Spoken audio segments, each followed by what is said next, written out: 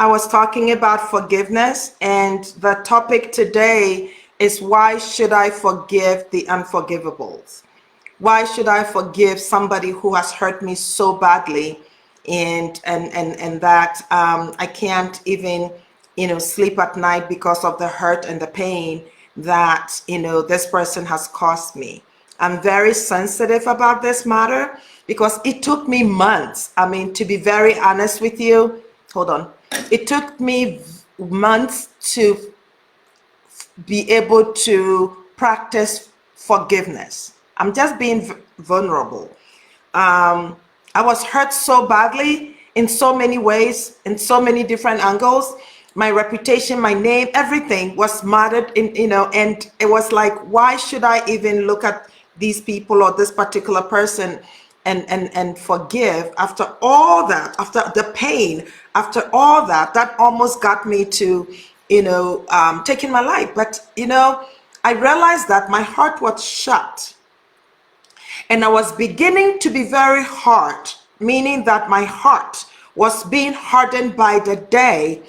Every time that I thought about the situation and more or less rehearsing that situation in my mind and thinking about, I could have done it this way. Should I have even gone here? Should I have even entertained this business? Should I have even, why did I even do this? The whys make you even sicker than the person who, or the people who caused that harm to you. So the first thing that you want to, the question is, why should I forgive the unforgivable? The reason why you should forgive, and it starts with you, forgiving you first, is because when you hold somebody down, it doesn't change the fact that the person has wronged you. Get me right. But when you hold somebody down for hurting you so badly, you close up your heart. And remember, we are spirit, soul, and body. So everything that we react flows from the top down. Our spirit man connects with our God and flow through our soul so that we react or act upon the things that the downloads that we hear. So if you hold somebody in you, or people in you, or somebody who's hurt you wrongly, if you hold that pain in you, what you do is you shut off your spiritual channel. Yes, you shut off your spiritual channel. And when your spiritual channel is shut off, you are left with your programmed mind. And that programmed mind, it's full of information, the negative information that you fed it all this while that the situation happened. Our mind or our brain is like a search engine, When you ask a question to that brain or mind, it goes to search for answers and brings it to you. And when you get the answers that your brain or your mind had brought to you, you react upon it.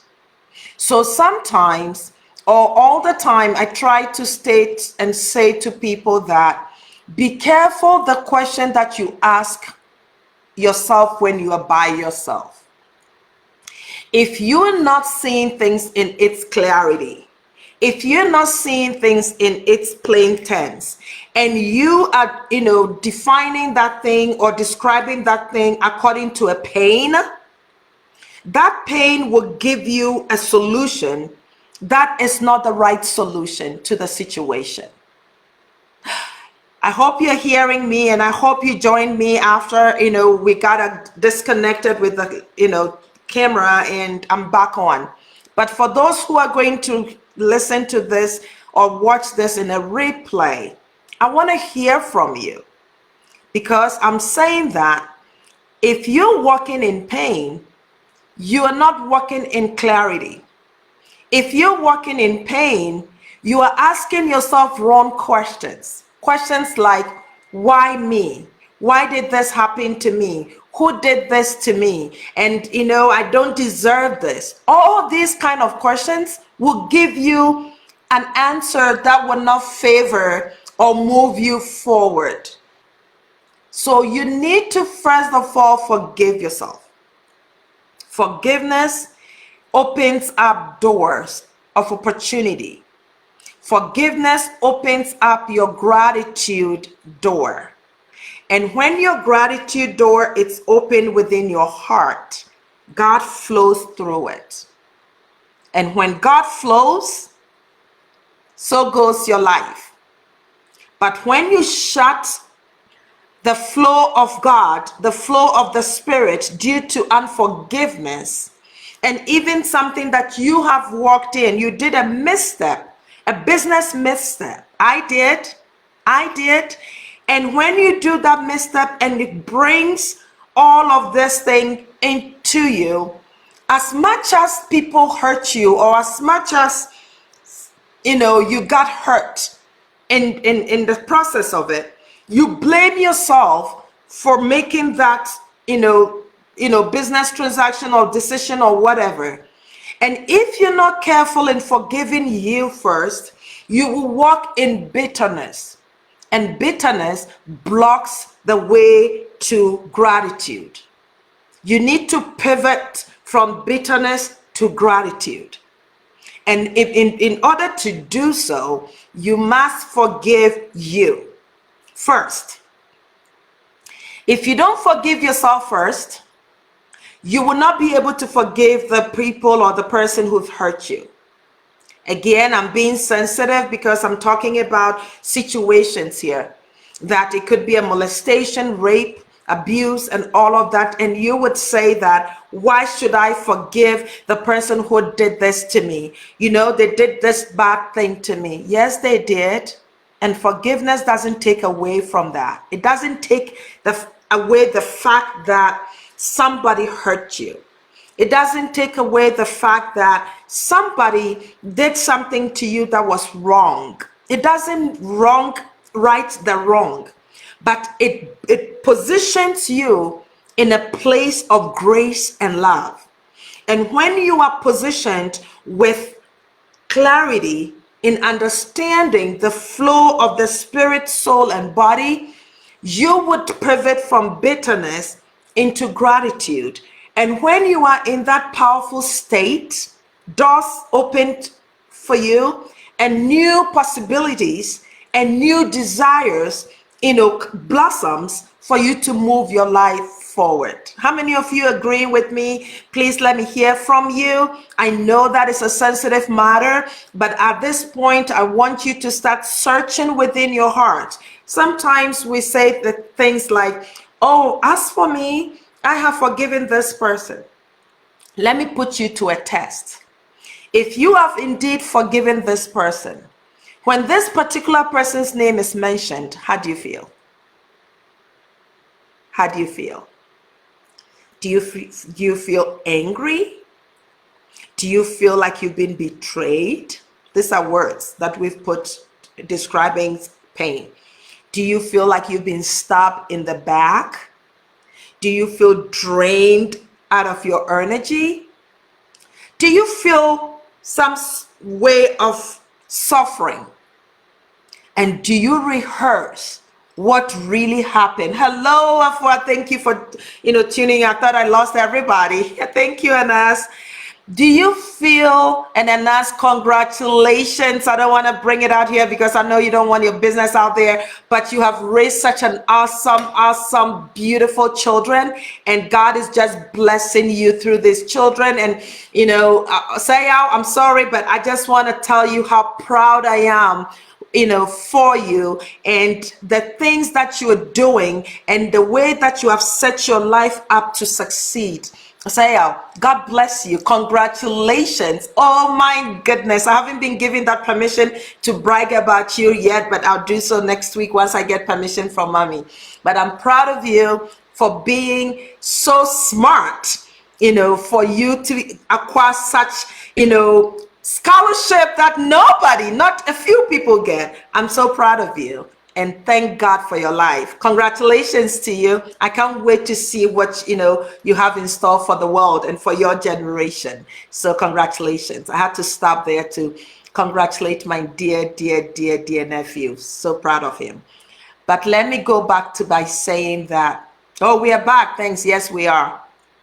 Let me go back by saying that when you, I think I lost my thought, but when you mention this person's name and it puts you in a state of suffering, when you mention this people or the people or person's name and it puts you in a state of anger, when you know, mention somebody or a situation and it puts you in a state of bitterness, when you mention a situation or somebody and it puts you in a state of rehearsing what happened in the past, you have not forgiven this person. You have not released that person to be, so that your life will flow and blossom for you to achieve, you know, the empowered living that you have been looking for, the happiness, the joy that will flow through you, you know, through your, you know, our God.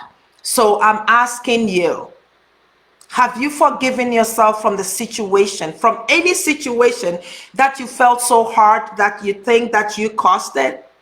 You need to release you to go. You need to release yourself, that pain to leave you. Because when that pain is still in you, what it does, it poisons your body. It poisons you.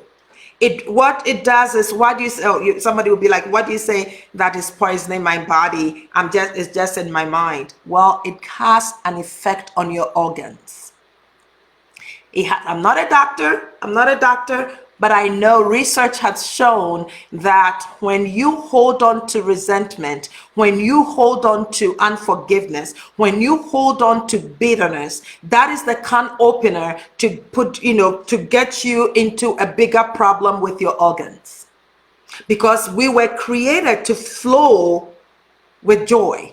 We were created to flow with happiness. We were created to be in that state of empowerment where we walk in curiosity to know what else is up there for us in the world. When we walk in joy, so we can be infectious in giving that joy, to extending that joy to somebody else. When we walk as a light of the world, so that through us, wherever we step, darkness would have no place to stand. So when you are in unforgiveness state, you are in the dark place of your life. And when you're in the darkest place of your life, your mind is shut, your heart is shut, and you're not flowing from the head down. That means that you're hardening your heart. And you're going to say to yourself that from this day forward, I'm not going to be dealing with people. From this day forward, I'm not going to hold on to, I don't even want friends anymore. I want to just be by myself. Well, we were not created to be alone. If we were created to be by ourselves and not amongst people, God wouldn't have created Eve with Adam. He would have said, Adam, you have the trees and you have the fruits, you know, and you have everything around you. You are self-sufficient. You don't need anything. You have the animals. Talk to the animals if you need something. But God realized that it's not good for man to be alone. So he created a partner. So meaning that we were created to be amongst people. And being among people, we will be hurt. Because people hurt people. If an animal hurts you, like a snake hurts you, yeah, you'll be looking for that snake to kill it. But people hurt people. People hurt people. And I always, you know, say that if we are to just understand that people or the person or whoever you're dealing with is not going to behave with the expectation that you have in mind, you will not be disappointed. That's what I learned. I'm just telling you what I learned. I learned that when you expect people to behave certain way, and they don't behave the way that you have pictured in your mind for them to behave, you get disappointed when a behavior emerges and you feel like it doesn't suit what you're expecting that person to do. But when you take people for people and you have studied that person, and we have talked about this weeks or months ago about how to choose a friend and how to define your friendship and how to make sure that you have your core values aligned with that person's, you know, that friend.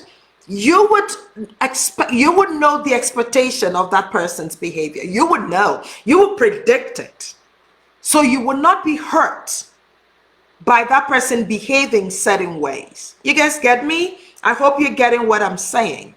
If you are, let me hear from you in the chat. This is a very sensitive matter, but I am also saying that you need to open up your heart to live again. You need to release that person, that, that thing, to go. It's time. It's time.